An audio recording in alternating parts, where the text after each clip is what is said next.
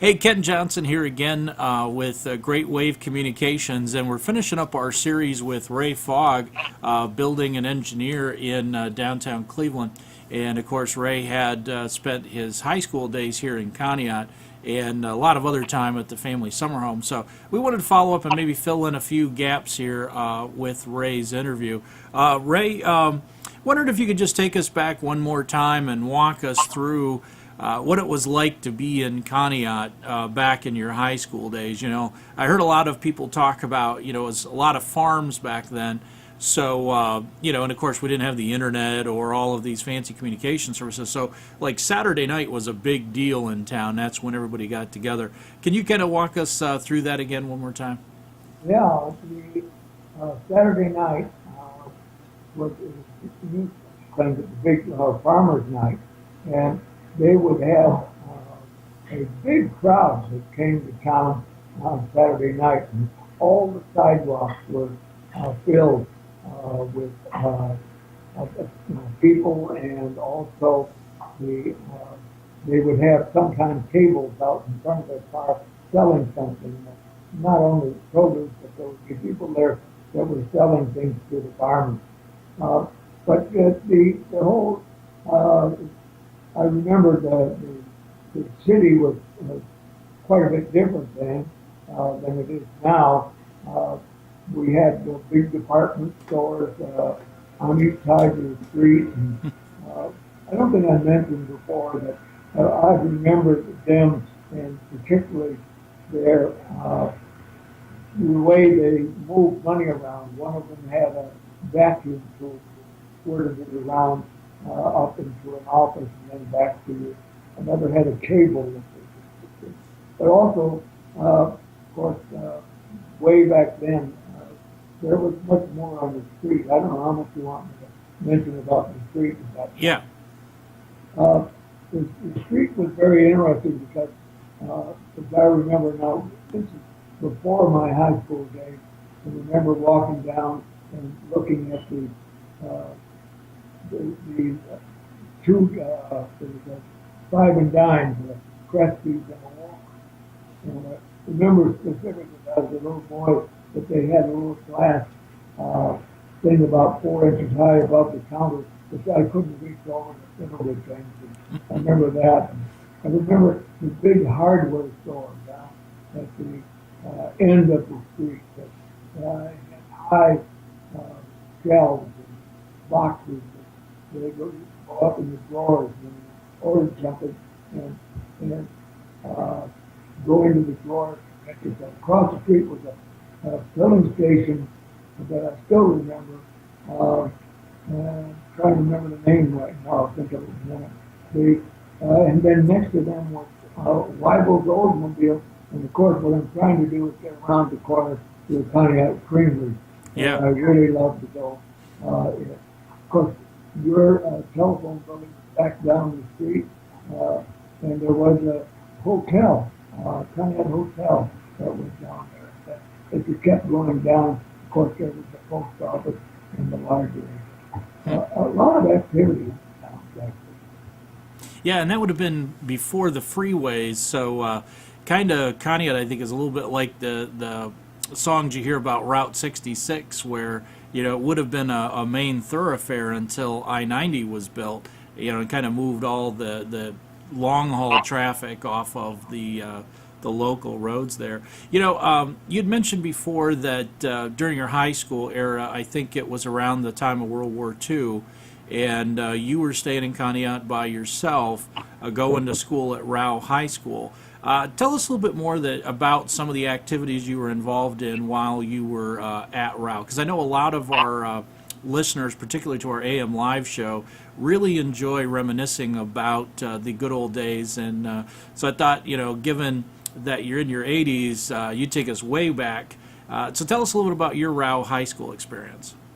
Well, Rao, you got to remember, was a pretty small high school class of about 30 to 40, and they had really a great system that, in essence, you could do anything that they did at the high school if you would just do whatever the discipline was.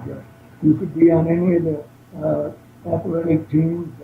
basketball or track or baseball if you just wanted to show up every day in the practices and everything else. Sure. So I lettered in three sports, in track and baseball, and of course basketball, which I like the most. But I also, while there, played in band, played saxophone, if I remember right. Not very well, but I played that. I sang in the choir. I remember that. And I remember specifically putting together a quartet that we sang in a number of other schools with barbershop quartet. But I think one of the things I think about how many things I was involved in. I wrote the senior play. I acted in a whole bunch of other plays. And if I remember correctly, I wrote a play, one-act play, that got entered in a contest, and I think we did pretty good in that contest. The play was interesting. It was a play about this rather brash farm boy and the sky girl, and he had come to visit with her. And of course, I played the brash farm boy and found one of my girls in class who was this guy farm girl. But I think as I think about those days, remember these were warriors, and my siblings were all off in the war. And I thought I ought to be doing something.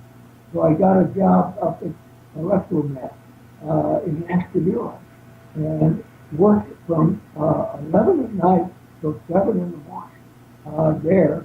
Wow. And then drove in back to go to school and letter in sports and have a good. The other one I really thought of, and it's kind of fun, I had a 1929 Plymouth Yeah. that I was driving. We painted it blue and silver, which were the colors of our high school, and it was called Little Row. And one of my girlfriends would always drive it to the game because it was our lucky car that we had to have it, everything we were doing. That's great. Let's jump from there. Again, earlier in the interview that we taped, you had mentioned how Dwayne Punker kind of hijacked you to Ohio University, and I believe you got a special award from there, which you could tell us about. And then also, just a little more, I'd like to know a little more detail about your years in association with the engineering department there. Well, I was recently honored and got an honorary doctorate degree from Ohio University, which I very much honored to do that. And, but my years there were very filled.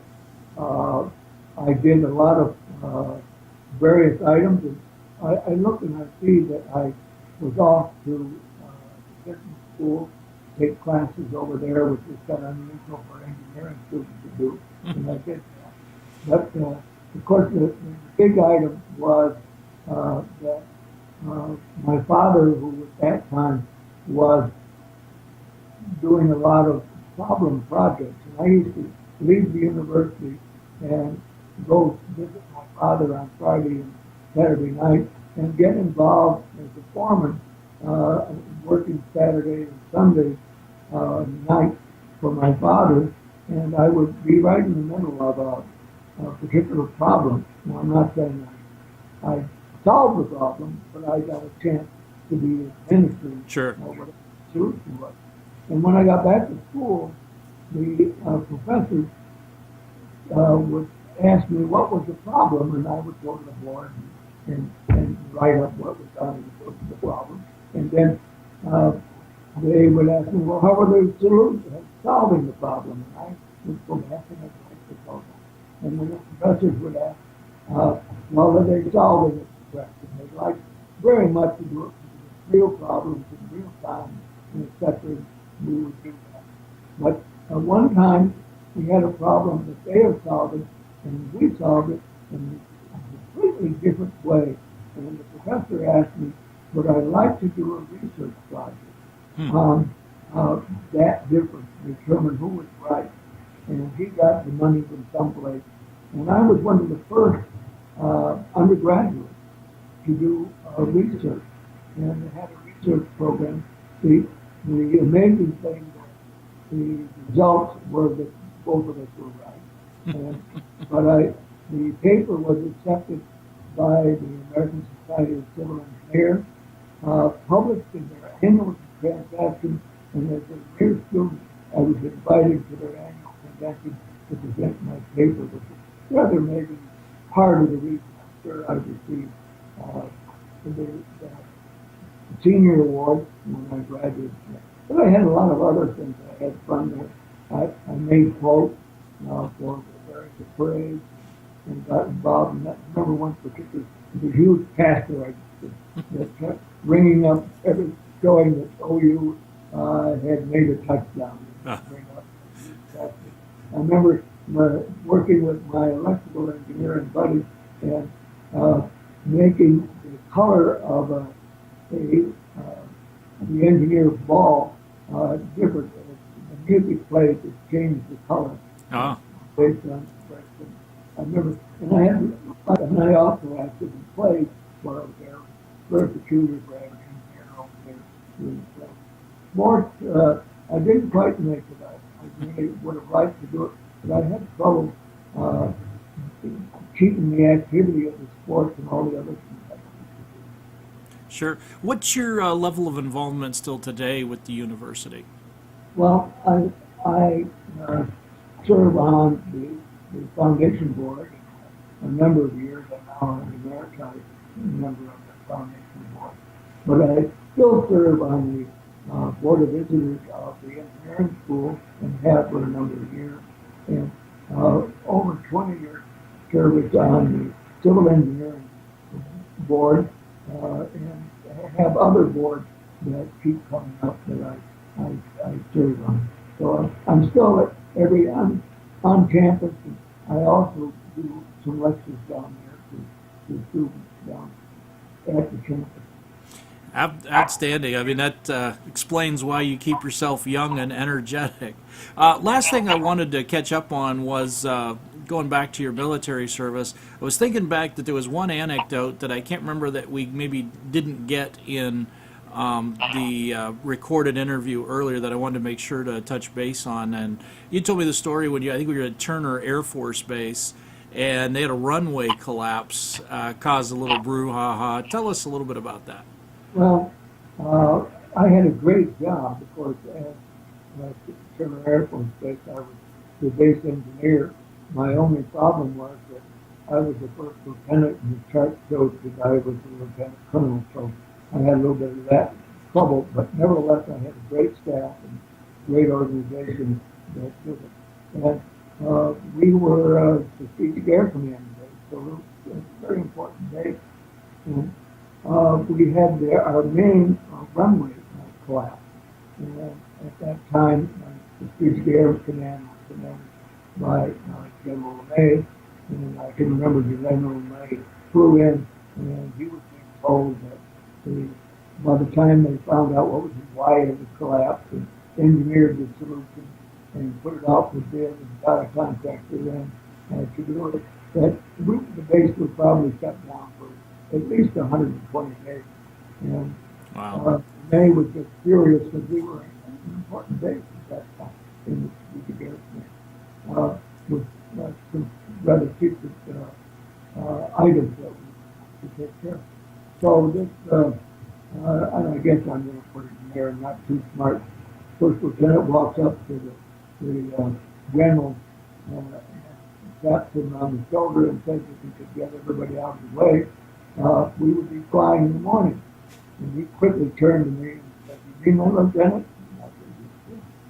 And he turned to everybody and said, "Let's go." And he turned back to me and he said, "I'm going to be on the phone to you at 9 o'clock in the morning, and if I don't hear airplanes taking off, you don't want to know what's going to happen to you." Down to it. He was quite a guy. And what really had happened, I looked at it in the training section. And across the base at the time, I was putting in the training structures and had the contractor already there with all the pipe and everything. He was paving equipment and everything there. And I just went down to that and I said, "We're going to put it underneath that runway tonight instead of over here." So that's the beginning. Yes, the planes were taking off at 9 o'clock in the morning. That's outstanding. And I understand by this time the war was pretty much over, or was over. And yeah, I think you had mentioned if the war was still going on, you probably would have stayed in the military a little bit longer. But with hostilities ceased, you felt the freedom to get back to your written plan, right? Yeah, I'll get back to my plan. Fortunately, we were building some hangars on our base, and the company that was doing it apparently didn't get too mad at me supervising them, because they hired me to come learn engineering, and I came to them, and we were building B-52 hangars all over the world, and I got a good experience with them building these B-52 hangars when I left the service. And then finally I came to the point that that was my plan, that I needed to move on into my own business, which I did, following from them. Ray, that's a perfect segue, because since we even talked about a week ago, saw in Crane's Cleveland a big headline about a new project that Fogg builders are working on, maybe in the Akron area. Are you free to elaborate on this new project? We have Bluestone that we are still working on at the industrial park, and then we have another one that I can't give you a lot of information on at this time. But you're still busy and still creating new buildings and helping business move forward in the greater Cleveland area. So congratulations, Ray, and all the best to you. I appreciate you spending the time with us so that we can kind of capture a little bit of your memories of Conneaut for posterity here in town. Well, be sure to say hello to all my friends that are still in Conneaut. Good to get this chance to do. I do talk with them often, but this is another way. Do you want to say a specific greeting to anybody in particular? No, they'll be there, and I'll hear from them about this. So, thanks much for the opportunity. All right, Ray. Thanks so much.